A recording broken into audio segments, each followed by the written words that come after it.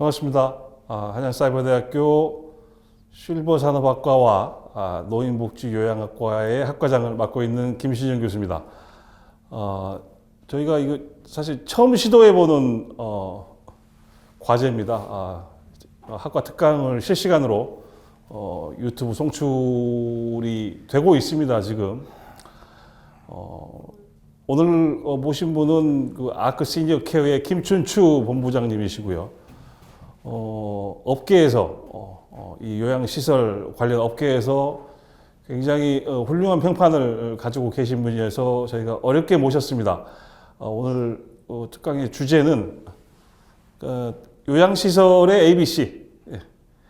과연 이게 어떻게 시작하는 건가? 많은 분들이 관심을 가지고 있고, 특히 올해 최초로 설립된 노인복지요양학과에서도 주요 특성화의 지점으로 삼고 있는 이 요양, 그리고 요양시설에 대해서 여러분들에게 아주 기본적인 감, 그리고 기본적인 지식, 이런 것들을 아마 잘 말씀해 주실 것으로 생각합니다.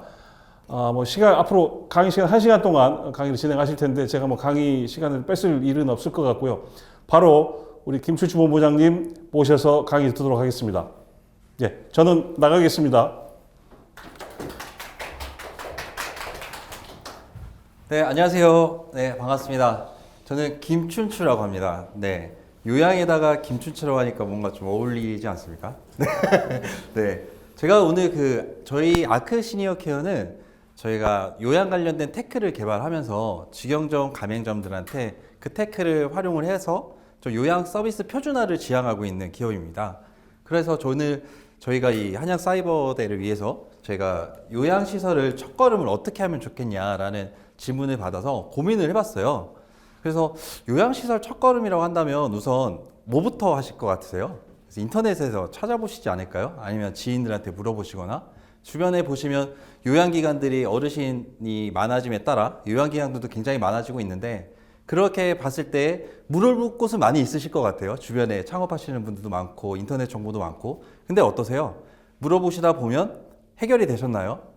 아마 제대로 된 해결이 안 되셨을 거라 생각을 합니다. 그 이유는 제가 고민을 똑같이 해봤을 때 이 구조를 이해하셔야 어떤 파편적인 정보들을 정리가 되실 텐데, 그 구조를 나뉘지 않은 상태에서 파편적인 정보들만 모집하다 보면 힘드실 거라 생각이 들었어요. 그래서 그 구조를 어떻게 나눌 것인가 해서 제가 4단계로 나눠 봤습니다. 4단계. 이 4단계를 구조를 이해하시는 게 우리가 요양실 운영의 첫걸음으로 말씀드리고 싶습니다. 네. 그러면 시작을 해보도록 하겠습니다. 네. 저는 이 4단계, 첫 번째 이 4단계가 뭔지를 흐름을 한번 이해시켜 드릴 거고요. 이 4단계 흐름을 이해하신 다음에 하나하나 조목 한번 따져보고 이해하고 분석해보는 시간을 갖도록 하겠습니다. 자, 첫 번째. 저는 키워드 잡는 걸 좋아해요. 키워드 잡는 걸 좋아하는데, 네. 1단계를 행정으로 잡았습니다. 행정하는 이유는 저희가 이 요양시설을 오픈하시면 어디다가 설치 신고를 하셔야 되는지 혹시 아시나요? 맞습니다. 네. 시군구청에 설치 신고 하셔야 되세요. 그러면 설치 신고를 한다는 거는 뭐가 나와야 되겠죠? 허가가 나와야 되겠죠? 그러면 허가받는 절차가 있지 않겠습니까? 그걸 대해서 제가 행정이라는 키워드를 잡았고요. 여기 이제 요양 쪽에선 지정신청이라는 말을 합니다. 지정신청. 네. 지정신청이라는 부분이 1단계 행정 부분이라고 보시면 되겠고요. 2단계는 관계임이라고 잡았습니다. 키워드를. 왜 관계일까요? 네. 저희가 무슨 비즈니스든 고객을 많이 확보해야, 이게 어떻게 보면 요양 비즈니스지 않습니까? 고객을 확보를 해야 어떤 기관이 잘 된다고 볼 수 있겠죠. 고객을 확보한다는 거는 수급자를 발굴하셔야 되세요. 수급자 발굴. 그러면 수급자에서 잘 발굴하려면 우리가 어떤 지식을 갖춰야 되냐 하면 노인장기 요양보험을 정확히 이해하고 계셔야 됩니다. 근데 노인장기 요양보험을 하려면 뭔가 이렇게 포괄적으로 떠오르시지 않나요? 네. 그런데 고객들한테 우리 고객으로 확보하기 위한 필요한 정보들, 네, 그분들한테 어떻게 우리가 접근할 것이냐, 그런 관점으로, 그래서 접근해서 우리 고객으로 어떻게 하면 만들 수 있을 것이냐, 그래서 관계라는 키워드를 잡아봤고요. 자, 그래서 우리 고객이 됐었어요. 고객이 되셨으면 3단계로 이제 사람이라는 키워드를 잡았습니다. 사람은 직원 관리세요. 우리가 요양하면 일하시는 분들이 누구 업종을 뭘로 알고 계시죠? 요양보사. 그렇습니다. 또 한 분 더 있으시죠? 사회복지사. 관리자를 사회복지사라 하고, 일하시는 분들은 거의 이제 요양보호사 선생님이 되시죠. 그럼 요양보호사 선생님들 어떻게 관리를 할 것이냐. 근데 저는 여기서 이렇게 이제 기관 창업을 하다 보면 이제 본인은 사회복지사니까 관리만 하시겠다. 그리고 요양보호사 본연의 업무를 하겠다. 이런 기관들이 잘 될까요? 저는 전혀 잘 되는 걸 못 봤습니다.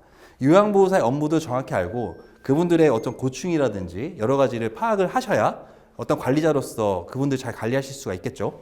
그래서 3단계는 사람인데 아무래도 그런 거든 일을 해보시면서 배우시겠지만 제가 여기서 저희가 가장 궁금해하는 수익률을 가져왔습니다. 이쪽에서. 왜 수익률을 가져왔냐?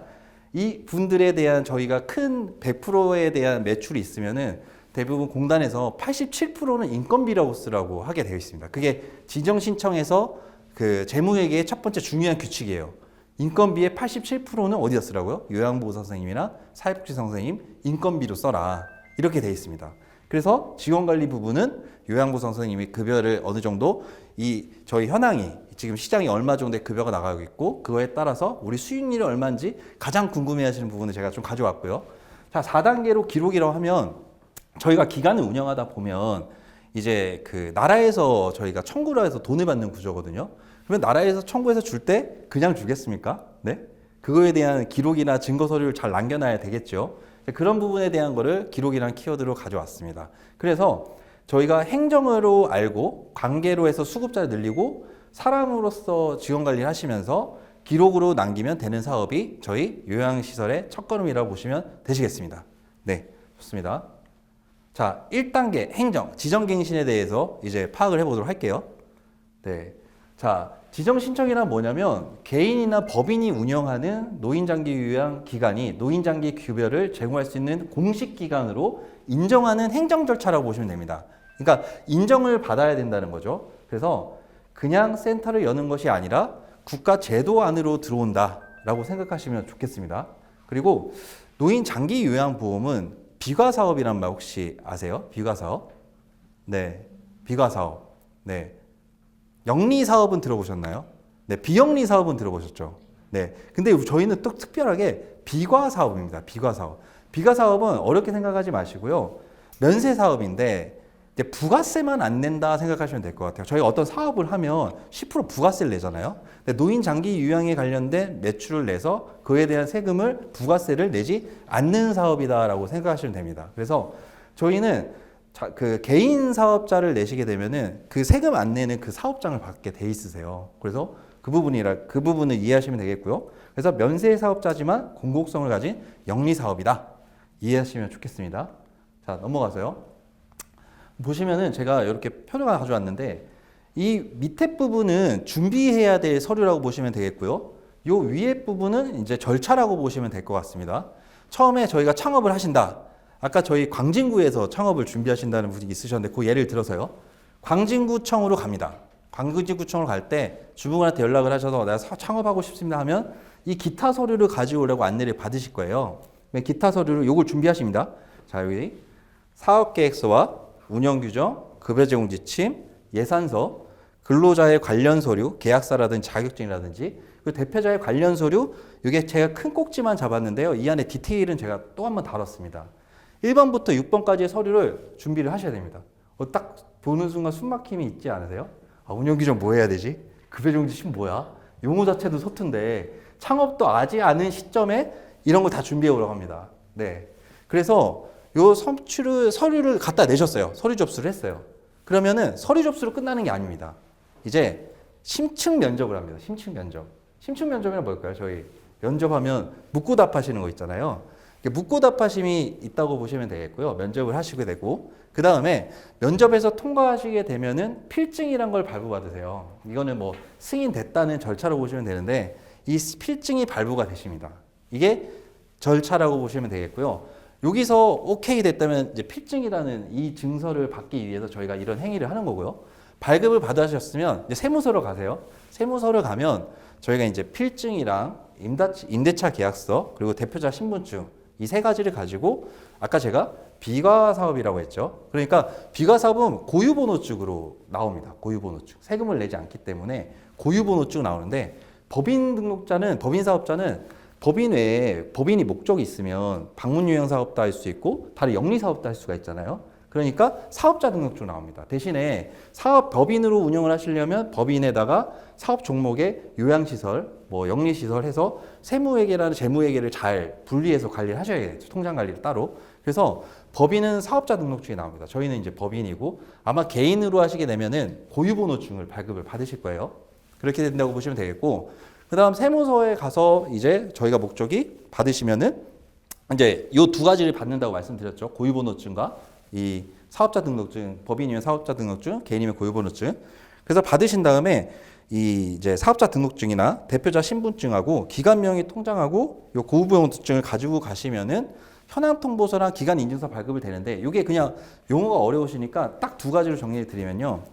현황통보서는 저희 돈 여기다 주세요라는 서류라고 보시면 되세요. 통장을 가져가서 저희가 청구를 하면 청구금을 여기다 주세요 하는 게 현황통보서. 그리고 저희가 현황통보서 돈 여기다 주세요라는 어떤 도구가 있어야 되지 않겠어요? 그거를 저희가 이제 공단 포털이라고 하는데, 이 청구하는 시스템이 있습니다. 공단에서 운영하는 포털이. 거기에 기간기호를 발급받으신 게 필증이라고 보시면 되겠고, 기간기호를 발급받아서 거기다 우리 수급자 어르신 이렇게 모셨으니 공단 청구금을 이제 요청하시면 지급되는 구조가 있는데, 그거에 대한 인증서를 발급받는 게 건강보험공단에서 하는 두 가지 업무를 저희가 처리하시면 됩니다. 그래서 다시 한번 정리를 드리자면, 처음에 1단계 시군구에 가셔서 새로 제출을 한다. 그러면 필증을 받습니다.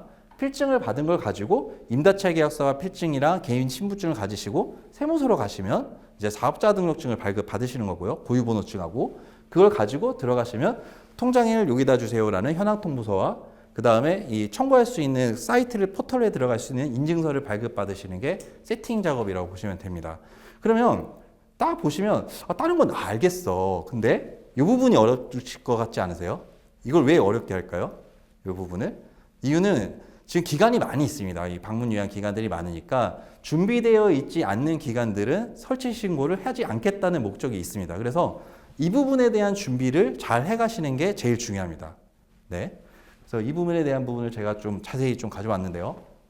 자, 설치 운영자 및 종사자의 서비스 제공 내역을 봅니다. 그래서 설치하는 운영자 분께서, 대표자분께서, 종사자분께서 행정처분 이력이 있는지, 그리고 설치 운영자 휴폐업 이력이 있는지. 휴폐업이라고 하면 이게 왜 있냐고 하면요. 예전에는 폐업을 했다가 설치하는 게 되게 자유로웠어요. 네. 그렇다 보니까 제가 폐업을 하고 폐업을 하는 이유는 그렇습니다. 갑자기 공단에서 이 공단 심사가 있다라고 통보 받습니다. 근데 그 통보를 좀 피하고 싶어요. 평가를 피하고 싶어. 그러면 제가 폐업을 했다가 다른 이유로 차렸다가 폐업을 했다가 다른 옆에다 차려도 문제가 있었다 없었다? 없었습니다. 그러니까 이 지정 심사 기준에 그런 예전에 어떻게 보면 안 좋았던 패턴들을 분석을 해가지고 이제 못하게 하는 겁니다. 저 기관장들이 휴폐업일이었으면 마이너스 점수가 되는 거고요. 그 다음 장기 유형 이전 기간 평가 이력도 있습니다.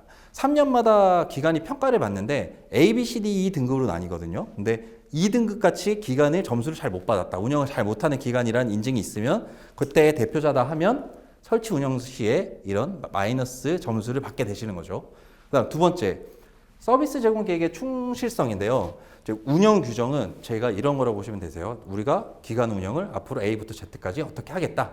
이런 게 이제 운영 규정이라고 보시면 되겠고, 급여 제공 지침이라 함은 요양보호사 선생님께서 이 어르신한테 급여 제공을 하잖아요.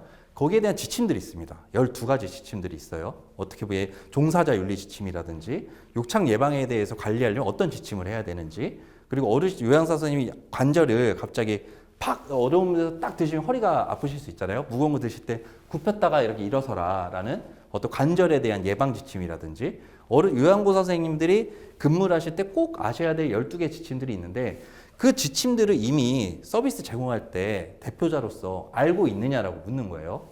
그렇다고 보시면 되시겠고, 사업계획서는 사업계획서대로 1년 동안에 1년 동안 어떻게 기간을 운영할지에 대해서 묻고 있습니다. 근데 제가 이 사업계획서에서 시군구에서 많은 기관들을 설치 신고를 돕다 보면 여기서 가장 중요해 보이는 게 공익성을 많이 보더라고요. 이 방문 요양 자체를 그냥 저희만 잘 되는 게 아니라 이 지역사회에서 어떻게 잘할 것이냐, 그리고 어르신들이나 요양보호사들 선생님들한테 어떻게 잘할 것이냐 묻고 있습니다.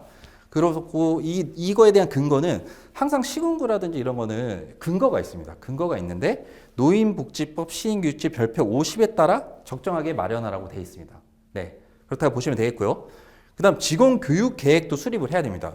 제가 급여 제공 지침이 12개가 있다 그랬잖아요. 네, 12개를 한번 요양보호 선생님들이 자꾸 갈리고 들어오실 텐데 1년 안에 급여 제공 지침에 대한 교육을 어떻게 수립을 할 것이냐. 근데 안타깝게도 급여 제공 지침만 교육하는 게 아니라요. 법정 의무 교육도 교육을 다 해야 됩니다. 네. 그리고 법정 의무 교육도 해야 되고 기타 교육할 서류가 많이 있습니다. 그거에 대한 직원 교육을 어떻게 하실 것이냐라는 부분하고 그다음에 수급자분들이나 요양보호사 선생님들께서 이 기간을 이용하다 보면 고충이 생기실 거 아니에요. 그러면 고충 처리를 어떻게 계획하고 마련할 거냐. 우리는 기간에 고충 처리함을 둘 겁니다. 우리는 기간을 메일 주소 전화번호 이렇게 있으니 무슨 문제가 있으면 저희가 받아서 그걸 며칠 안에 처리하고 이거에 대한 대장은 이렇게 정리하겠습니다라는 절차를 마련하라는 겁니다. 그러면 이 세 가지를 다 준비를 하셔야 된다는 부분이고요. 그다음에 운영위원회 구성이 있습니다. 운영위원회. 뭐가 많죠. 뭐 혼자 창업하면 된다고 생각하지만 운영위원회도 구성을 해야 됩니다. 운영위원회 구성하는 목적은 제가 아까 비가 사업이라고 하면서 지정신청이라 말씀을 막 드렸는데 이 지정신청도 2019년부터 저희가 이제 시작된 지정신청이라는 키워드로 저희가 그걸 통과해야지만 설치 신고할 수 있게 되었거든요. 그때 이제 사회복지법으로 어떻게 보면 이게 포함됐다고 생각하시면 좋을 것 같아요. 그래서 사회복지법에 포함되다 보니까 저희가 운영할 때에는 이게 3번 기간과 2번 기간이라는 게 있는데 기간 기호예요. 3번은 장기 요양 기간으로 시작합니다. 3 뭐시고 뭐저기. 그래서 2019년에 이전에 저희가 설치 신고 받았을 때 기간 기호는 3 어쩌고저쩌고 됐는데 지금 여러분들께서 이 이후에 창업하신다고 하면 2번 쫙쫙쫙쫙 나옵니다. 이 XXX 숫자가 나오시게 되는데 2번으로 시작하는 것은 사회복지 기간으로 된다는 부분을 생각하시면 되거든요. 그러니까 사회복지 기간에 맞는 어느 정도의 그 운영을 맞추셔야 된다는 거죠. 그래서 그 중에 하나가 저희가 운영 규정을 바꾸고 싶어요. 그러면 내가 대표니까 마음대로 바꾸겠어. 이러면 안 되시는 거예요. 어떻게 해야 되겠다? 요대로 자 운영 규정 한번 바꿨으니까 제가 먼저 선정했던 운영위원회들 모여보세요. 모였습니다. 저는 이런 안으로 해서 이렇게 바꾸고 싶은데 이렇게 바꿔도 될까요? 찬성합니다. 이러는 운영위원회에 대한 구성이 필요하고 회의한 록들이 있으셔야 된다는 게 3번 운영위원회 구성입니다. 그래서 아까 뭐 창업하시기 전에 그러면 운영위원회를 어떤 분들을 구성해야 되느냐 이런 것도 다 운영 규정 안에 다 들어가야 되는 내용이라고 보시면 되세요. 그래서 지금 이런 부분들 그래서 제가 기간기호 이 땡땡땡땡 이렇게 이제 적어놨습니다.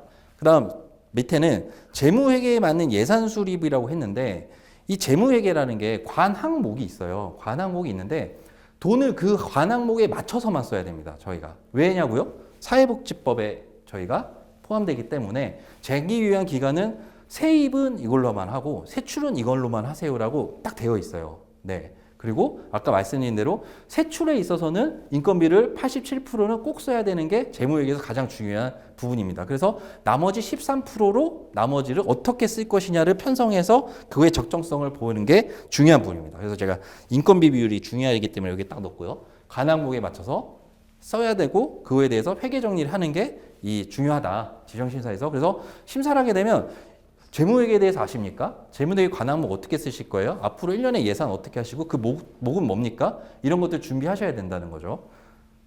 좋습니다. 나머지 네 번째는 인력관리입니다. 인력관리는 표준근로계약서라고 되어 있는데 이게 근로자로서 맞는 사대보험이며 퇴직금이며 이전 근로기준법에 맞는 표준근로계약서를 잘 사용하고 있느냐 그리고 요양보호사든 사회복지사든 어떤 식으로 고용할 건지에 대해서 묻고 있고요. 그 다음 이제 건강관리, 고충처리, 직원복지제도는 어떻게 운영할 것이냐. 네, 이걸 묻고 있습니다. 그게 지금 운영계획서와 사업계획서에 다 녹아 들어가야 될 내용이라고 보시면 되세요. 다섯 번째로 지자체별로 자 대표자님이 이제 하시면 저희가 이 경험이 없지 않습니까? 경험 없으니까 경험 있는 분도 하실 수도 있겠죠. 근데 대체로 창업하시면 경험이 없으실 거예요. 그러면 이 장기 요양에 대해서 이 서비스를 제공할 때 어떻게 역량을 키워서 더 잘할 것이냐는 내용도 들어가야 되고요. 그 다음 지역 자원은 어떻게 연계할 것이냐. 요즘 뭐 예전에 뭐 리빙랩 들어보셨나요? 리빙랩이란 말, 뭐 통합재가란 말, 뭐 이런 거 들어보셨어요? 그게 어떻게 보면 이런 거랑 같다고 보시면 되세요. 저희가 방문 요양만 모시고 있지만 방문 요양뿐만 아니라 이분이 뭐 임의용 서비스도 필요하실 수도 있고 저희가 4시간만 서비스 제공한다면 나머지 20시간에 대한 서비스나 욕구가 있을 시에 어떻게 우리가 이분에 대해서 잘 케어할 것이냐. 우리가 어떻게 연계해서 이걸 잘 케어할 것이냐. 이런 거에 대한 지자체별로 조사를 해서 우리가 어떻게 하겠다. 이런 것들에 대한 내용도 들어가셔야 됩니다. 네. 그리고 대면 심사가 있습니다. 나머지 이게 이제 예를 들어서 인터넷에 하거나 저희 같은 어떤 뭐 전문가를 통해서 작성해서 됐다고 하면 이거를 이해 못 하시는지 안 하시는지 페이퍼상으로는 되지만 대면 심사를 통해서 이거에 대해서 이해하고 계신지를 묻습니다. 첫 번째, 노인장기요양 보험 제도에 대해서 알고 계신가요? 그러면 어떻게 대답을 하셔야 될지 준비하셔야 되는 거죠. 대상은 어떻고, 절차는 어떻게 되고, 그 다음에 이용은 어떻게 되고, 그 다음에 서비스 이용 체계는 이렇습니다 정도 4가지 기준을 잘 말씀을 하셔야 될 거고, 설치 기간의 운영 이념은 어떻습니까? 네, 창업을 하신다면 이제 운영 이념에 대해서 물어봐요. 그래서 어디 그냥 일반적인 게 아니라 제가 최근에 이제 창업하시는 분 도와주셨을 때 한 20년을 간호조무사 선생님으로 활동하시면서 이걸 준비를 위해서 10년 동안 이 뭐 방문 간호에 대해서 자격도 이수하시고 사회복지도 이수하셨다고 하셨더라고요. 그런 거를 이제 이념으로 듣는 거예요. 저는 20년 동안 어르신의 간호조무사 역할을 하시면서 어르신 많이 배웠을 때 어떤 방문 요양에서 가면 어떤 포괄적 서비스가 부족하다 보니 제가 창업을 하게 되면은 방문 요양뿐만 아니라 저의 방문 간호 지식이라든지 재활 지식을 넓혀서 더 어르신한테 고차원적인 서비스를 하겠다는 이런 것들이 운영 이념이 되신다 보시면 되세요. 네, 좋습니다. 그거에 대한 이념과 사업 목표가 필요하다고 보시면 되시겠고, 그다음 수급자에 대한 서비스 제공 및 안전입니다. 네, 어르신을 모시다 보면 좀 다치는 상황이 생기실 수도 있잖아요. 저희가 분야에 있어서 그럴 때 어떻게 처리할 것이냐. 그래서 저희가 이 부분은 전문 배상인 책임 보험이라는 거 가입을 하거든요. 그러니까 전문 배상인 책임 보험에 대해서도 인지하고 계셔야 대면 심사할 때 잘 말씀하실 수가 있겠죠. 이렇게 묻겠죠. 뭐 어르신이 요양원사님 모시다가 다치셨을 경우에 어떻게 처리하실 겁니까? 이러면 저희는 어디 이렇게 상해 보험에 전문 상해 보험에 가입을 해서 이런 절차로 해서 이렇게 처리해가지고 어르신의 서비스 질에 이상이 없도록 하겠습니다. 이렇게 얘기를 하셔야 되겠죠. 그래서 인력 및 재정 관리 기간 운영에 관한 사항은 아까 인력이면 제가 인건비 비율이나 이 인력 재정 관리는 인건비 비율이나 재무회계 말씀을 드렸고, 인력은 요양보호 선생님들을 어떻게 구인하고 잘 하실 것인지에 대한 걸 묻는다라는 게 대면 심사에서 있습니다. 네, 어떠세요? 제가 쫙 말씀드렸는데 여기 네 분 계신 표정이 이제 점점 어두워지심이 느껴지거든요. 그렇지 않으셔도 됩니다. 이제 저와 인연이 되셨으니까 궁금한 거 묻고 답하면서 하나하나 아까 초범에 말씀드린 대로 행정에서는 이런 부분이 필요하는구나. 이 정도만 흐름을 잡으시고 찾아보시면 정보가 다 나와 있어요. 네, 그리고 확인에 대한 사항들은 또 저희와 소통하시면서 하면 좋을 것 같습니다. 네, 자, 그래서 제가 이제 표 하나로 이렇게 가져왔습니다. 이게 가져왔는데 저희가 이제 방문 요양 기간이라고 보시면 되세요. 이게 따끔따끔하네요. 예, 방문 요양 기간이라고 보시면 되는데 기간에서 저희가 연계되는 기관들이라 보시죠. 구조를 제가 말씀드렸지 않습니까? 기관에서 연계되는 기구는 시군구와 네, 그다음 공단이다. 그리고 하나가 더 있긴 합니다. 여기 하나 더 뭘까요? 혹시 네, 요양보호사 선생님 저희가 모시려면 그분들이 근로자지 않습니까? 그러니까 이제 고용노동 관련된 사항이라고 보시면 될 것 같아요. 근데 저희가 그거 뭐 직접적으로 이게 장기 요양 흐름에서는 뭐 아니니까 그거는 하나 더 있다고 보시면 되겠고, 그러면 저희가 기관에서 제가 앞에 정리를 이 표 하나로 정리해드리는 겁니다. 설치 신고를 하지요. 그러면 받는 게 뭐라고 했죠? 필증. 이게 허가증이라고 보시면 돼요.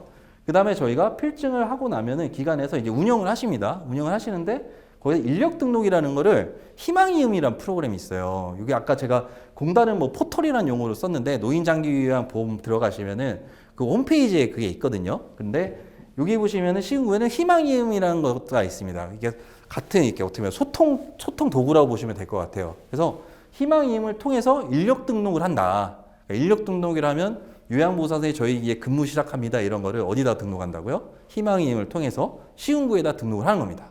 그러면은 인력 관리를 여기 어떻게 할까요? 여기서 하겠죠. 여기서 하니까 인력 관리라고 하면 아까 의무 교육이라 제가 뭐 제공지치 법적 의무 교육 이런 거 있잖아요. 말씀드렸잖아요. 그런 관리를 어디서 할까요? 자체가 저희가 기관 운영했다. 인력 관리 잘 받으셨나요? 기관이? 이러면 시군구에서 그 관리를 하는 겁니다. 왜냐하면 우리가 인력 등록을 시군구에다 했으니까. 그렇죠. 그러면 재무회계도 저희가 처음에 설치 신고할 때 시군구에다 보고한다 말씀드렸죠. 그러면 재무회계로 잘 관리하는지 못하는지를 어디서 확인하겠죠? 시군구에서 확인하는 겁니다. 네, 재무회계대로 뭐 관항목에 맞춰서 돈을 잘 쓰고 있는지 못 쓰는지를 관리하는 게 기관과 시군구의 관계라고 보시면 되겠고요. 그다음에 이제 저희가 그 공단에 이제 포털이 되게 되면은 기관에서 여기 이제 공단에다가 공단 수급자 관리를 위해 가지고 공단의 어르신에 관련된 정보를 공단 포털에다 입력을 합니다. 그러면은 수급자 관련된 정보가 뭐냐면 어르신이 어떤 분이신지, 등급이 어떻게 되는지, 그 서비스 일수는 어떻게 되고, 그게 한 달이 지났을 때 우리가 서비스 이렇게 됐으니까 공단에다 청구금을 주세요라는 관리를 저희가 공단에다 요청을 합니다. 그러면 공단에서 청구금을 주게 되어 있어요. 그러면 청구금을 그냥 주겠습니까? 관리를 들어가겠죠. 서비스 관리를. 그러면 공단에서 어르신이 정말 이 서비스 잘 만족하시는지, 서비스 만족도는 어떻게 되는지, 기간이 실질적으로 정말 근무하는지 이런 거의 관리 체계는 공단에서 한다고 보시면 되세요. 참 재밌지 않나요? 여기가 기관에서 요양보호사 관리는 네, 희망을 통한 시군구, 기관에서 수급자에 대한 관리는 건강보험공단입니다. 제가 이런 구조를 이해하시는 게 뭐냐면 사실 저희 체계가 보면 시군구에서 관리당하고 공단에서 관리당하잖아요. 그러니까 전화가 딱 올립니다. 기가 실제 사례로 전화가 와서 시군구입니다. 이거 왜 저러지? 이렇게 했을 때 뭐 요양보호사가 문제가 있습니다. 이러면 시군구 전화구나 이렇게 인지하시면 되고, 여기서 공단에서 어르신에 관련된 문제가 있는데 좀 확인해 주세요 이러면 공단 전화구나 이렇게 이해하시면 되는 겁니다. 그러면 이 두 개의 관계에 있어서는 저희가 어르신은 요양보호사를 시군구에다 등록을 하면 시군구에서 공단으로 요양보호사 포털에 저희가 어르신 요양보호사 직접 입력하는 게 아니라 공단 포털에는 시군구에서 이렇게 전송이 되더라고요. 예. 그러면 일정 등록이라는 게 있는데 어르신이 있고 요양보호사가 모신다는 증거가 돼야 될 거잖아요. 근데 요양사 정보는 직접 등록하는 게 아니라 여기다 등록하면 이쪽으로 연계가 된다 보시면 되시겠어요. 이런 흐름으로 네, 구조를 정리하시면 좋겠습니다. 그리고 하나가 더 있다 그랬죠? 요양보호사 선생님. 그거 요양보호사 선생님은 60시간 이상 근무하시게 되면 저희가 뭐가 더 근로자로 돼서 아죠? 4대 보험이며, 네, 그죠? 퇴직금이며 이런 게 진행되고, 또 요양보호사 선생님께서 방문요양 같은 경우는 시간제 근로자다 보니까 60이 안 되실 수도 있겠죠. 뭐 그런 거에 대한 고용노동법에 맞춰서 이제 어떻게 운영하시는지는 또 그 기준으로 맞춰서 운영을 하셔야 됩니다. 네, 좋습니다. 자, 이제 행정을 좀 봐봤고요. 2단계 우리가 이렇게 행정을 이해하고 나서 이제 실질적으로 창업이 되셨습니다. 창업이 되시면 처음에 딱 사무실에 앉아가지고 대체로 대부분 센터장님들 그러세요. 이렇게 구조를 파악하지 못하시면 1단계에서 딱 하시고 나서 스탁돼 있어요. 왜 스탁될까요? 이미 지쳤었거든요. 1단계 준비하느라. 이제 완전 영혼까지 딸딸 털리셔가지고 딱 지쳐 계세요. 그러면 이 수급자 발굴이 가장 저는 중요하다고 생각하는 부분이거든요. 여기 저희 비즈니스지 않습니까? 비즈니스는 매출을 키워야 돼요. 매출을 키우기 위해서는 그 매출을 할 수 있는 거는 수급자 발굴입니다. 근데 수급자 발굴을 제일 중요한데 이때 에너지가 다 빠져 계세요. 1단계 때문에. 그래서 2단계가 더 중요하다는 강조를 말씀을 드리면서 제가 그래서 이거는 정말 중요하기 때문에 제가 실질 발굴 사례를 통해서 어떤 서비스 이용 체계를 하는 건지에 대해서 말씀드리려고 준비를 해왔습니다. 자, 노인 장기 요양 보험입니다. 하도 말 들어서 이제 뭐 실버 산업 복지학부 요양 막 지겨우시죠? 근데 노인 장기 요양 보험이라고 했을 때 우리가 고객들한테 다 한 문장으로 설명하실 수 있겠습니까? 노인 장기 요양 보험을? 네. 우리가 어디서 보니까 저기 우리가 창업을 했어요. 그랬더니 저희 분이 다리가 막 이제 불편하시고 힘들어 보이십니다. 이게 등급 신청을 받아들여서 우리가 고객으로 모셔야 될 것 같아요. 근데 이 노인 장기 요양 보험 안내해 드려야 되는데 자, 가서 딱 말씀하신다고 하시면 네, 막막하시죠. 그래서 제가 항상 쓰는 방법인데요. 노인이면 몇 세 이상이실까요? 네. 몇 세 이상이실까요? 65세 이상 맞습니다. 네. 우선은 이 대상이 노인 장기 요양보험을 대상자 관점에서 보시면 65세 이상이면 우리 노선 노인이시기 때문에 대상이다 봐주시면 되겠고, 장기는 뭘까요? 장기는 이 몸에 있는 장기일까요? 네, 오래된, 그렇죠. 몇 개월 이상인지 혹시 알고 계세요? 네, 맞히셨습니다. 6개월 이상입니다. 장기가. 예. 몸에 있는 장기가 아니라 6개월입니다. 6개월이고 요양이라 하면 어떤 정의일까요? 요양이라 하면 네, 누군가가 도와줘야 된다는 정의를 해볼게요. 누군가가 도와줘야지만 일상생활이 가능한 정도입니다. 그러면 이렇게만 정리하셔서 어르신이 누가 계세요? 그러면 65세 이상이신 것 같아. 그리고 편찮은 정도가 여기 뭐 이렇게 보니까 6개월 이상, 1년 이상 되신 것 같아. 그리고 보니 누구와 보호 없이는 움직이실 수가 없어. 그러면 저희의 대상이라고 생각하시고 공격적으로 저희 고객을 모셔도 된다는 말씀을 드리고 싶습니다. 근데 예를 들어서 요양인데 저희 뭐 종교단체나 이제 날씨가 지금 추워서 그렇지만 따뜻한 날씨 보면 이렇게 그냥 이렇게 끌고 다니시는 분들 많이 보이시죠? 그런 분들 대상일 수 있을까요? 저희가 봤을 때 어디 키워드에 걸려서 대상이 아닐 것 같으세요? 요양, 그렇습니다. 도구를 이용해서 걷는다는 거는 네, 독립적으로 걷다고 볼 수 있어요. 그런데 이렇게 한번 예를 들어볼까요? 이렇게 가는데 10번 중에 2번 넘어지셔서 낙상 사고가 있으셨어. 그러면 요양의 개념이 조금 애매하지 않습니까? 네. 그럼 저희가 수급자를 발굴한다면 그 포인트를 잡아낼 수 있도록 저희가 준비가 되셔야 되는 거예요. 가시더라도 혹시 넘어지신 경험이 있지 않으십니까? 이렇게 가셔야 된다는 거죠. 그래서 그 부분의 포인트를 잡고 이제 등급 신청을 안내해드려서 저희 고객으로 한 분 한 분 한 분 모셔야 되는 게 저희 수급자 발굴의 중요한 부분이라고 보시면 되겠습니다. 그래서 노인 장기 요양 보험입니다. 그래서 노인은 65세 이상. 네. 65세 미만이신 분은 노인성 질환이시면 가능하십니다. 등급 신청이. 근데 노인성 질환이 65세 미만이시면 노인성 질환 하면 어려우실 텐데 그냥 뇌질환이다 생각하시면 되세요. 뇌질환. 네. 장기는 6개월 이상입니다. 요양은 누군가의 도움이 필요한 거죠. 자, 그래서 제가 사례를 가져왔습니다. 사례를. 네.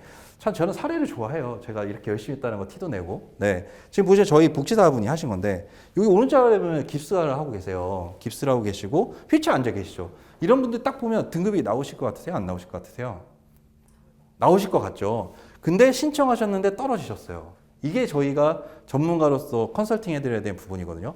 왜 떨어지셨냐면 실제 사례입니다. 저희가 이제 이 보호자분이 등급 신청을 해보세요 했더니 보호자분이 뭐부터 할까요? 저희가 보호자 입장이면 네, 공단에 전화해보거나 신청하겠죠. 그래서 전화 우선 한 겁니다. 보호자분이 공단에 어머님이 편찮으셔서 좀 등급 신청을 하고 싶습니다 했더니 거기 공단에서 편찮으신 지가 어느 정도 되셨어요? 얘기를 한 거예요. 그러니까 이 보호자분이 넘어지셔서 깁스하신 지가 한 3개월이 됐다.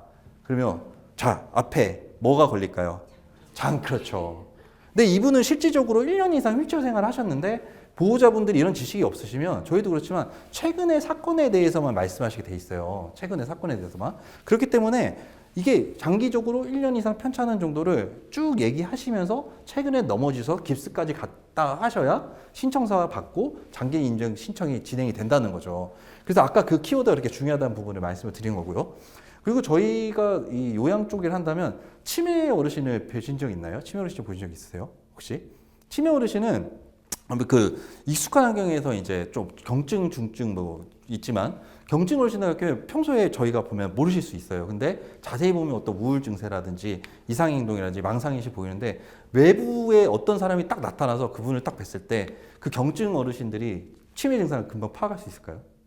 네, 잘 파악하지 못합니다. 예를 들어서 저희가 이 치매인지를 확인을 하기 위해서 오늘 날짜가 언제인지 이제 인지조사를 하게 돼 있는데 인지조사 오늘 날짜인데 그때는 잘 모르시다가도 외부에 어떤 사람이 오면 초인적인 힘이 발생하세요. 치매 경증 어르신들은. 그래서 대답도 잘하시고 나는 이상 없다는 걸 딱 그러시면 등급이 나오실까요? 근데 이분의 실질적인 부분은 아파트도 나가셔가지고 배회해서 집도 못 찾아오시고 뭐 그러신 분인데 어떤 이제 공단에 저희가 신청하면 공단 분들이 나와서 어르신의 중증 정도를 평가를 할 텐데 초인적인 힘이 발생되신단 말이에요. 경증 분들은 이게 외부의 어떤 이러시면 오신 분이 오시면 그 저희가 어떻게 하면 좋겠느냐 기록을 남겨놓으셔야 되는 거죠. 저희가 그 동안에 어떻게 편찮으신 정도를 그 단편적인 게 아니라 그 긴 게 어르신이 장기적으로 봐서 그분이 편찮으실 정도의 지역 주민들한테 물어보실 수도 있을 거고 아파트 경비원한테 물어보실 수도 있고 그분 같은 경우는 떨어지셨는데 제가 도와드렸던 게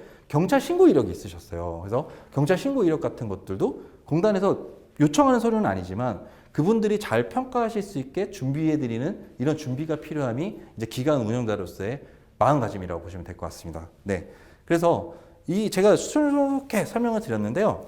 기관을 운영하신다고 하면 전문가가 되셔야 됩니다. 전문가가 되신다고 하면 구조를 파악하셔야 된다는 거고 구조를 파악하시려고 하시면 컨설팅을 해드릴 줄 알으셔야 돼요. 모르시는 분들한테. 그때 중요한 부분은 두 가지라고 보시면 되는데 인정조사표에 대해서 확실히 알고 계셔야 돼요. 그러니까 우리가 아까 대상은 파악이 되셨어요. 노인장기 요양보험으로. 대상은 되셨는데 저희가 인정조사표로 누가 와서 볼까요? 어르신 댁을? 네, 방문조사를 누가 와서 볼까요? 공단 직원분들이 와서 어르신 댁으로 와서 봅니다. 봤을 때 이 항목들을 저희가 알고 있어서 어르신들한테 잘 안내를 해드려가지고 아까 말씀드린 대로 그냥 걸어 다니시다가도 10번 중에 2번 넘어지신 게 있으면 그 부분을 말씀해 주셔야지 공단에서 계신 분들이 좀 잘 평가하실 수가 있으니까 그런 부분에 대한 것도 조사가 좀 필요하고요. 그 다음 인정 점수를 매깁니다. 이걸 통해서 점수를 매긴 다음에 의사소견서 제출이라는 게 껴있죠. 그러니까 의사소견서 제출은 1, 2등급은 확실하면 의사소견서 제출하지 않아도 되는데 3, 4등급은 의사소견서 제출을 하셔야 되세요. 네. 그래서 의사소견서 제출할 때 지역사회에서 어디가 의사소견서 제출 접수가 되는지 그것도 알아야 저희가 그 어르신을 모시고 가셔서 신청할 때 도와드리고 의사소견서 제출할 때 도와드려야 등급이 나오면 저희 고객이 되지 않을까요? 그냥 등급 알아서 받으세요 이래 버리면 이제 다른 기관을 선택할 수 있는 확률도 높아지는 겁니다. 그래서 의사소견서도 받으셔가지고 판정위원회를 듭니다. 근데 판정이 되면 1등급부터 5등급 인지지원 등급이나 등급 외가 나오시게 돼가지고 이제 서비스를 받는 체계라고 보시면 됩니다. 네, 그래서 받게 되시면은 요 서류가 세 가지가 나와요. 인정서, 개인별 장기요양 계획서, 복지연구 급여기서를 수령하시게 되는데 개인 장기요양 인정서는 몇 등급입니다라는 서류라고 보시면 되겠고 개인별 장기요양 계획서는 어르신이 등급을 받으면 내가 어떤 서비스를 받아야 될지 모르니까 그거에 대한 다음 뭐 페이지 두 페이지로 가이드라고 보시면 되겠고요. 복지연구 급여에서는 저희 휠체어, 뭐 지팡이, 침대 이런 것들을 연에 160만 원어치 사용하실 수 있는 그 수가가 나오기 때문에 그걸 활용한다고 보시면 됩니다. 그 다음에 이제 이걸 가지고 장기 요양 기간 저희가 창업하시면 요양 기간을 설립하시게 되면은 요 장기 요양 기간과 계약을 체결하시게 되면은 이제 서비스를 이용하신다고 보시면 되세요. 자, 그래서 제가 이제 서비스 체계를 제가 요양 위주로 가져왔는데 이게 아닌 건 요양원이라고 보시면 되는데요. 자, 어르신이 등급 받으시면 제일 많이 이용하시는 게 방문 요양 서비스입니다. 방문 요양. 하루에 이제 3시간씩, 4시간씩 서비스를 받으실 수가 있으세요. 3, 4등급은 3시간, 1, 2등급은 4시간씩 서비스를 받습니다. 서비스를 쫙 받다가 갑자기 이제 좀 욕창이 생기시거나 뭔가 재활이라든지 뭐 이런 데에 좀 전문적인 내가 서비스 좀 더 받고 싶어. 그러면 이제 방문간호 서비스를 받습니다. 방문간호 서비스를 받다가 근데 이렇게 하다가 이제 가족분들이 어르신을 좀 두고 내가 가족분들이 어차피 좀 두실 일이 있어요. 어르신을 며칠. 그거는 단기 보호 서비스를 또 요청을 하는 거고요. 그 다음에 저희 그 아침에 주야간 버스 많이 보시죠? 어디 어르신 학교 이런 주야간 시설들. 주야간 시설도 이제 하루에 8시간씩, 10시간씩, 12시간씩 주야간 서비스를 또 받으실 수가 있습니다. 받으시면. 그 다음에 이제 기타 재가급여는 이제 복지용구라고 보시면 되겠고요. 그다음 방문 목욕 서비스는 두 분이 가셔서 어르신을 목욕을 도와드리는 거고 아니면 차량을 이용해서 받으시는 게 방문 목욕 서비스라고 보시면 되겠고요. 등급을 받으시면 재가 영역은 이렇게가 이제 재가 요양 서비스고 아닌 경우는 요양원이라고 보시면 됩니다. 요양원. 됩니다. 제가 이제 또 어르신이 실제로 저희가 이제 어떤 대상들인지 보여드리면 이분이 이제 여기서부터 여기까지가 다 이렇게 살이 많이 찌신 어르신이고 빌라 4층에 계셨던 어르신이세요. 그래서 제가 지역사회에서 이분에 대한 정보를 받고 등급 신청을 해서 등급을 받았습니다. 근데 4층에서 1층에 이렇게 살찌신 분이 거동이 안 되니까 제가 이제 업고 이렇게 내려와서 의사소견서를 받아들였던 장면이에요. 받아들여서 이제 의사소견서 받고 다시 올라가는 이 씬인데 이분이 방문 요양 서비스를 이렇게 받으시면 살이 이렇게 찌시면 저희가 어떤 서비스 제공해 드려야 할 것 같으세요? 이분이? 네. 너무 이 살이 찌신 이유는 4층에서 못 내려오시니까 움직임이 전혀 없으셨잖아요. 근데 제가 내려서 올라갈 때 오랜만에 이 바깥 공기를 쐬시니까 너무 기분 좋아하시더라고요. 그래서 제가 서비스 목적을 정했습니다.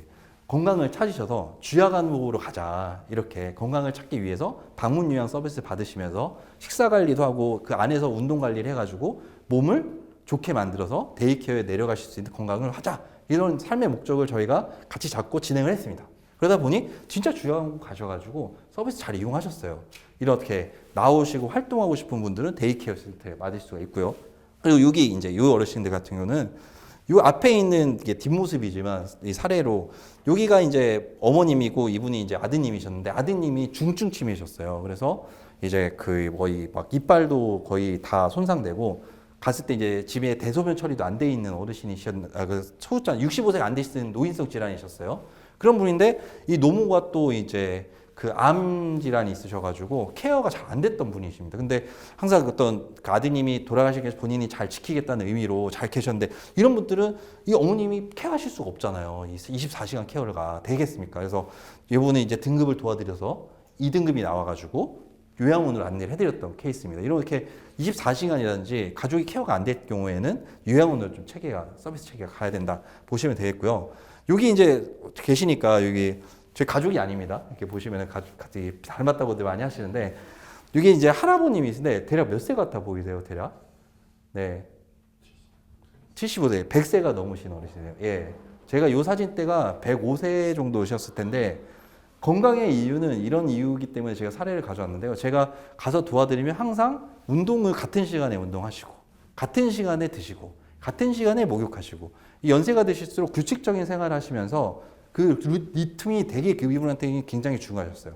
그러다 보니 이 아드님이 90세셨는데 거의 8, 90세 되셨는데 거의 차이가 안 나 보일 정도로 이렇게 정정 얼굴이 깨끗하고 정정하셨거든요. 네. 근데 이제 제가 가끔 저를 못 알아보시더라고요. 네, 그렇게 부분이 있었지만 그래서 이렇게 규칙적인 운동을 해드리고 규칙적인 생활 리듬을 잡아드리면 장수하시고 방문 요양 서비스에 이 3시간, 4시간에 못하는 부분은 해드리지만 나머지 시간에 규칙을 잡아드리고 이 리듬을 잡아드리는 게 굉장히 어르신 건강에 중요한 부분이고 이런 분들은 방문 요양 서비스 받으시는 거죠. 그래서 데이케어 사례, 요양원 사례, 방문 요양 사례를 좀 가져와 봤습니다. 이렇게 어르신들이 서비스 욕구에 맞춰서 이용해서 관리해드리는 게 이 요양시설이 굉장히 중요하다 말씀 좀 드리고요. 지금 제가 이 건강보험 3차 계획안에 나와 있는 자료를 제가 가져왔는데 이 5년마다 장기요양 계획안이 세워지거든요. 이번에 3차 계획안이 세워졌는데 3차 계획안에서 보시면 이 23년부터 27년까지 이렇게 등급자 비율이 전체 비율에서 장기요양 수급자 비율이 늘어나고 있습니다. 네. 그만큼 늘어나고 있고요. 어르신이 늘어나시는 것만큼 등급받은 어르신들이 늘어나시고 있다는 걸로 보시면 되겠고요. 이 이용자 증가 등을 고려했을 때 이건 장기요양 3차 계획안에 내었던 내용입니다. 그 2030년 기준으로 30년까지 5,000개 정도의 장기요양 기관들이 더 필요하다고 거의 정부에 있더라고요. 물론 방문요양은 아니겠죠. 방문요양은 많이 있고 주야간 보호라든지 요양원 부분은 만약에 이 추세로 간다면 요양기관들은 훨씬 더 필요하다. 이런 통계로 한번 이런 부분이 있어서 좀 소개를 드렸습니다. 네. 자, 2단계의 수급자 발굴에 대해서 제가 쭉 말씀을 드려봤는데 이제 3단계로 사람입니다. 사람이면 이제 요양보호사 관리라고 보시면 되세요. 요양보호사 관리인데 저희가 이 방문 요양을 많이들 요청이 있으죠. 방문 요양 위주로 말씀드리면 이 요양보호사가 오전에는 A 기관에 근무하고 B인에는 다른 기관에 근무하실 수가 있을까요? 없을까요?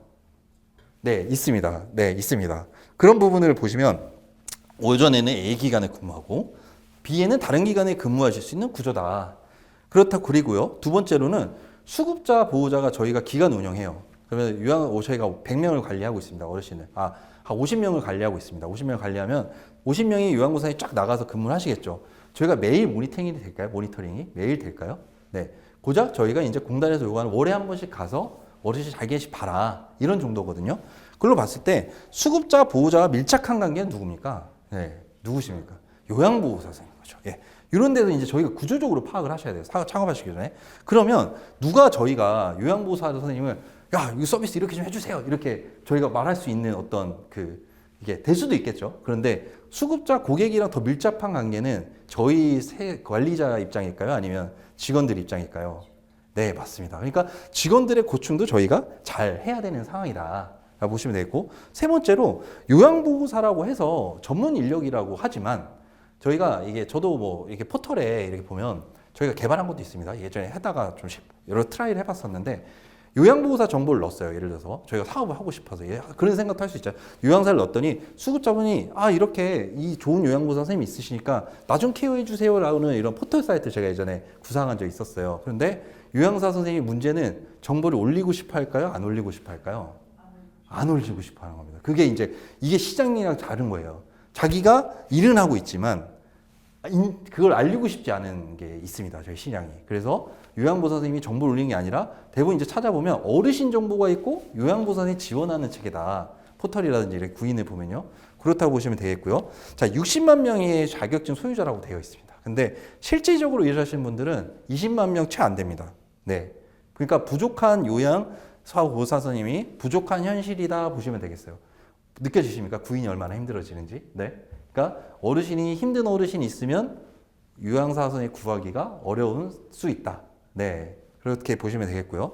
대부분 또 60대 이상이세요. 연령대가 높아지니까 연령대가 높아진다는 거는 진입하는 연령대가 없다라고 보시면 됩니다. 네. 60대 이상 분들이 많다는 거예요. 네. 이런 특별한 이런 체계가 있다는 거를 말씀을 드리면서 제가 저희 복지사분들한테 이제 오기 전에 야, 구인할 때 요즘 얼마 시급해? 하고 제가 인터넷에 뭘 봤는데 보이세요? 이제 요양보호사 선생님들이 시급이 강남구 13,800원, 여기 13,800원, 그죠? 네. 그리고 강남구 13,800원. 노량진은 좀 떨어지네요. 13,200원. 네. 그리고 광명시, 아까 광명 13,200원. 네. 강남에 왜 땅값이 비싸서 그런가?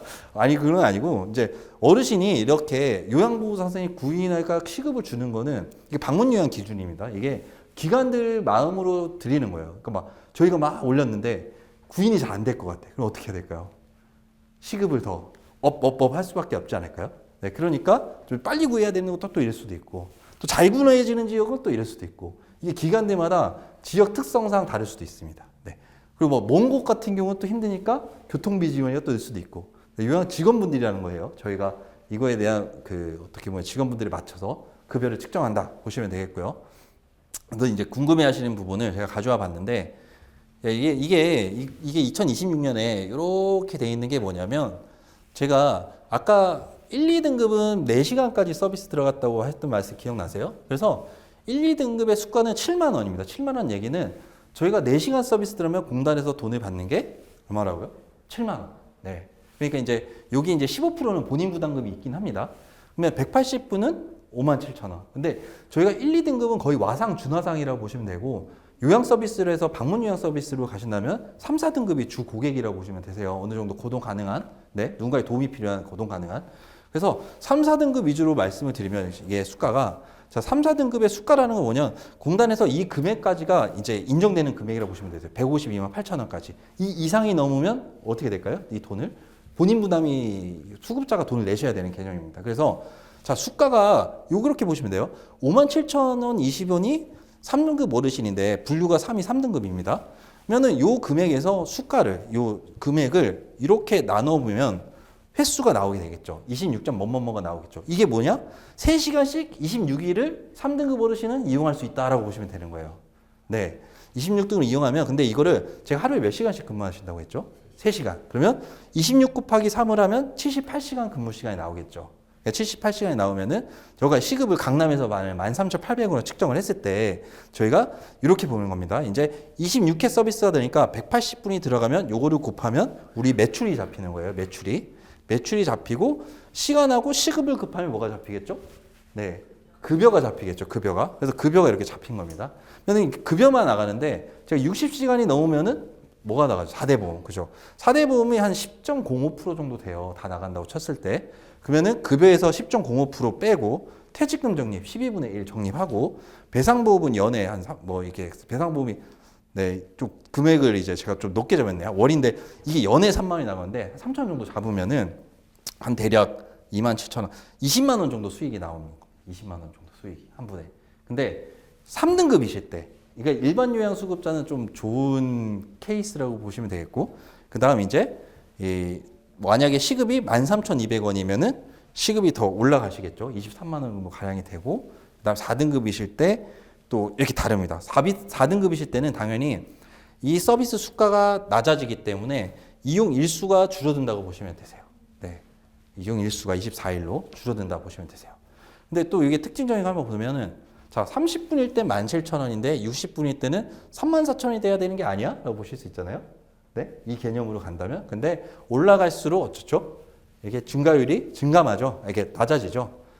그렇게 낮아지는 겁니다. 그래서 240분을 저십으로 가면 기간에 남는 금액이 더 작아지는 겁니다. 네, 이 식으로 가면. 그러니까 3등급, 4등급의 3시간 서비스로 들어가셨을 때가 제일 강문 요양 기간이 좋다고 보여지는 거고요. 저희도 이제 기간 분석을 할 때 3, 4등급 어르신이 이걸 일반 요양이라고 가족 요양이라는 게 또 있거든요. 가족이 모시는 게 아니고 제가 일반 요양 사례로 가져왔는데 일반 요양 비율이 높다라고 하면 기간이 좀 안정적으로 잘 운영하는구나 이렇게 평가하실 수가 있어요. 이렇게 이제 표를 보시면. 그래서 뭐 대략 뭐 요 금액으로 한다. 요 금액 중간으로 따져볼까요? 한 20만 원? 20만 원 따져주면 저희가 몇 명의 정도 수급자가 돼서 매출이 이렇게 나오고, 네? 한 15명이면 300만 원 정도 될까요? 그죠? 300만 원 정도 되고, 거기서 임대료 나가고, 네. 이제 어르신 찾아뵐 때 그냥 찾아뵙니까? 뭐라도 들고 가야 될 거고, 교통비 나가야 될 거고, 하게 되면, 몇 분 정도는 돼야 내가 서비스를 가져가고 어느 정도 이 기간의 급여를 가져갈 수 있겠구나. 감이 오십니까? 좋습니다. 네. 보시면 되겠습니다. 그래서 요양보사 선생님이 되시면 4단계는 이제 기록입니다. 기록인데 아까 이제 공단 업무 프로세스대로 간다는 게 기록이라고 보시면 될 것 같아요. 저희가 공단 청구금을 받았을 때 그냥 받는 게 아니라 이 공단에서 원하는 이 프로세스대로 잘 운영을 하셔야 된다고 보시면 되는데요. 이게 보시면 자 제가 방문의 업무 프로세스대로 가져왔습니다. 저희가 이 업무 프로세스대로 일을 하시는 건데 첫 번째로 수급자를 만나게 되시면 첫 번째 제가 예방 자료 제공이라고 해놨죠. 첫 번째 하셔야 되는 건 어르신이 우선 등급을 처음 받으시면 정보가 없잖아요. 그러니까 건강이 더 나빠지지 않기 위해서 기관에서 예방 자료를 드립니다. 더 나빠지지 마세요. 치매 예방하세요. 욕창 예방, 그다음 배변 운동을 이렇게 하시고 관절이 계속 누워 계시면 구축이 되니까 그러지 마시고 낙상 예방하시고 노인 인권 보호에 대해서 이렇게 예방하시면 됩니다라는 자료를 제공합니다. 두 번째로는 자료를 제공했으면 저희도 뭔가 물건을 살 때 돈이 얼마가 드는지 또 어떤 서비스를 받는지 확인하고 사지 않나요? 그러니까 저희가 그런 거를 급여 계약할 때 안내를 드립니다. 우리가 이런 방문 요양 서비스를 몇 회 받으시면 본인 부담금이 얼마가 되시고 기타 안내를 해드리는 거고요. 그 다음에 이제 어르신에 대한 건강평가라든지 환경평가하고 급여 제공 계획을 수립하는 게 어르신을 평가하는 게 위험도 평가라고 하고요. 어르신의 다른 환경적 요인을 분석하는 게 욕구조사, 욕구사정이라고 합니다. 그다음 다섯 번째로 이걸 토대로 계획을 세웁니다. 급여 제공 계획을. 계획을 세우는 게 수급자 만남이라고 보시면 되겠고요. 그 다음에 이제 요양보호사를 만납니다. 수급자를 모시고 나서 요양보호사를 만나서 요양보호사 선생님이 저도 진짜 실질적인 사례인데요. 갑자기 저희가 진짜 실제로 뭐 어르신이 갑자기 서비스를 내일 좀 이용하고 싶어요. 저희 한국 분들 바쁘시잖아요. 막 시간도 없고. 일주일 기다려 주십니까? 안 기다려 주시죠? 내일 당장 요양보호사에 좀 모셔봤으면 좋겠다 해서 저도 막 구인해가지고 어떤 분을 모셔서 갔어요. 근데 일을 하시다가 팍 쓰러지셨어요. 간질 환자이셨던 거예요. 네. 그런 거를 애초에 건강검진을 해서 저희가 받아놨어야 되는데 그런 분들이 갑자기 근무하시면 얼마나 어르신이 놀라시고 혹시 내리막길에서 그런 간질이 됐으면 얼마나 큰 사고로 이어졌겠습니까? 그래서 저희 고객이 저를 떠나셨습니다. 그래서 그런 것도 확인이 안 돼서. 그러니까 건강검진이 그만큼 중요하다. 일하실 때. 두 번째로 4대 보험 포상 퇴직금을 저희가 이제 잘 이게 근로자들한테 주셔야 되고, 그 다음 아까 말씀드린 뭐 어르신이 긴급한 상황이 됐을 때 비상연락망이라든지 인수인계 다음 분으로 교체됐을 때 인수인계를 어떻게 할 것이라든지 이런 부분은 이제 업무 프로세스에 정리하셔야 되는 거고, 요양사가 되면 이제 서비스가 진행이 됩니다. 그러면 진행되면 아까 제가 증거라고 말씀드렸죠. 기록은 증거기 때문에 나는 이런 서비스를 했습니다라는 기록을 급여 제공 기록지라고 합니다. 급여 제공 기록지. 기록지를 남기시고 그다음 주에마다 상태가 변화되는 건 상태 변화 기록지를 요양보호사 선생님이 작성하시게 돼 있어요. 두 가지를. 그걸 작성을 하시고 그다음 서비스 제공에 이제 정성적으로 저희가 서비스 체계를 잘 관리해야 되는 게 요양사는 시간을 잘 지켜주시는지, 선생님이 응급상황 시에 어떻게 대응하시는지, 낙상하실 때 어떻게 대응해야 될지, 그리고 어르신이 인지가 나빠지지 않도록 어떻게 우리가 잘 관리해야 되는지를 요양사님한테 잘 교육을 시켜드려야 되는 항목이라고 보시면 되겠고요. 그 다음에 이제 한 달이 지나면 저희가 모니터링이라고 합니다. 모니터링에는 어르신이 우리가 서비스 제공 계획을 세웠으면은 그 계획대로 잘 하시는지 못 하시는지 이제 업무 수행이라고 하죠. 그래서 가서 보는 거고요. 그 다음에 이제 한 달이 끝났었기 때문에 보호자분한테 본인 부담 15%에 대한 거를 요청을 드리고, 그 다음에 요양보호사 선생님한테 급여를 지급해 드려야 되겠죠. 요게 이제 한 케이스면 한 개가 되는 거고요. 요게 이제 50케이스면 50케이스가 되는 게 저희 방문 요양, 어떤 요양 사업의 제가 요양 사업이라고 보시면 되실 것 같습니다. 네. 그리고 아까 이제 제가 공단 측에서 말씀드렸고, 요거는 재무회계예요. 아까 세입세출 말씀드린 세입세출인데, 이 세입 부분은 뭐 본인 부담금, 사업 수입, 모입금 이 항목에 맞춰서 이용해야 되는 게 재무회계 정리라고 보시면 됩니다. 제가 이게 공단에서 이 재무회계 규칙이라고 딱 있는 별표 형식을 스크린샷을 찍어 와가지고 가져왔는데, 그리고 지출할 때는 이렇게 지출하는 관항목이 보이시나요? 관, 항, 목에 맞춰서 이 회계 정리를 하시는 게 두 번째 중요한 시군구에서 확인하는 업무라면 보시면 되시겠고요. 제가 주로 많이 쓰는 중요한 부분에 대해서 뽑아왔는데, 세입은 저희가 세 가지 기준밖에 없습니다. 이 본인 부담금, 아까 15% 말씀드린 거, 그리고 요양급여 수입은 85% 공단에 청구해서 받는 거, 그 다음에 차입금은 내가 어디 은행에 빌려든 누구한테 빌려서 기관에 돈을 넣는 차입금 부분, 그 전입금은 그냥 내 대표자님이 돈을 넣으시는 거. 이렇게 이제 세입이 들어오면 세출 부분은 사무비, 뭐 인건비가 이제 사무비가 인건비 부분이고요. 사무비 부분의 운영비 부분이 수수료, 운송료, 사무용품비 부분, 또 사업비 부분의 운영비가 수급자를 위한 어떤 뭐 이렇게 두유를 사간다거나 그런 부분은 또 사업비 중에 운영비로 또 포함이 되고, 처음에 세팅할 때 뭐 비품이나 책상이나 컴퓨터나 사실 때는 또 이제 시설비의 자산치료비로 해야 된다. 처음에 예산서 할 때 이런 항목들을 가장 많이 잡아가지고 제가 한번 소개해드리고자 가져와 봤고요. 좋습니다.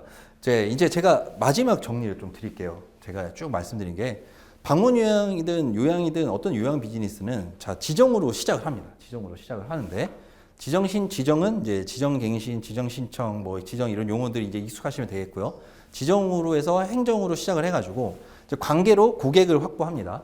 관계로 아까 제가 막 그런 어르신 모시는 관계들을 봤었죠. 이게 서비스를 하기 전에 등급 신청도 도와드리고 의사소견도 저희가 동행해드리고 그래서 관계를 형성하면서 고객을 확보하고 그다음에 사람 요양보호사 서비스로 유지하셔야 됩니다. 아까 요양보호사 선생님의 특징적인 부분도 말씀드렸죠. A 기간도 있고 B 기간이 있는데 A 기간은 저한테 항상 뭐라고 강조하고 뭐라고 막 스트레스 줍니다. 그러면 A 기간에서 굳이 일을 하시겠습니까? 제가 아까 요양보호사 선생님이 60만 명 있지만 20만 명밖에 일을 하시지 않는 구조를 말씀드렸죠. 그러니까 다른 기관에 가서 일을 하실 수도 있겠죠. 그러니까 요양보호사 선생님이 잘 관리하는 게 저희 기업 이제 요양 서비스를 잘 유지한다 보시면 되겠고요. 이렇게 고객을 발굴하고 유지를 하게 되면 이제 기록으로 증명하셔야 되는 게 제가 아까 도표로 흐름대로 말씀드린 뭐 서비스에 대한 증거라든지 어르신 서비스 만족도 이런 부분을 기록으로 잘 증명하셔야 되는 게 저희 요양 비즈니스라고 보면 되시겠습니다. 네. 이상 제가 쭉 말씀을 드려봤고요. 제 강의를 마치도록 하겠습니다. 고맙습니다. 네.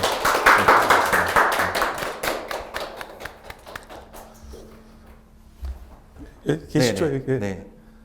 예, 어떻게 잘 들으셨는지 모르겠습니다. 머릿속에 약간 하얘지는 느낌이 있죠. 사회복지와 경영과 정부 행정의 종합예술 같은. 예. 근데 사실 이런 경우들이 되게 많은데 실제로 필드에 가보면은 모든 게 다 이해가 금방 되는 아마 그렇게 될 거라고 생각을 합니다. 저희 노인복지요양학과에서는 그 요양시설 전문가 트랙을 운영을 하고 있고요. 아마 그 트랙을 운영하는 과정에서 또 우리 김춘추 본부장님을 다시 만나뵐 수 있을 것으로 저는 그렇게 기대를 하고 있습니다. 주중에 업무 시간에 이렇게 저희가 최초로 유튜브 실시간 송출을 기획을 해봤는데요. 이번에 못 들으신 분들은 저희가 또 최단 시간에 작업을 해서 실버산업학과 유튜브에 동영상을 업로드를 하도록 하겠습니다. 다시 한번 오늘 시간 내주시는 김춘추 본부장님께 우리 박수 한번 드리시고 네, 고맙습니다. 네. 고맙습니다. 네. 이상으로 마치겠습니다.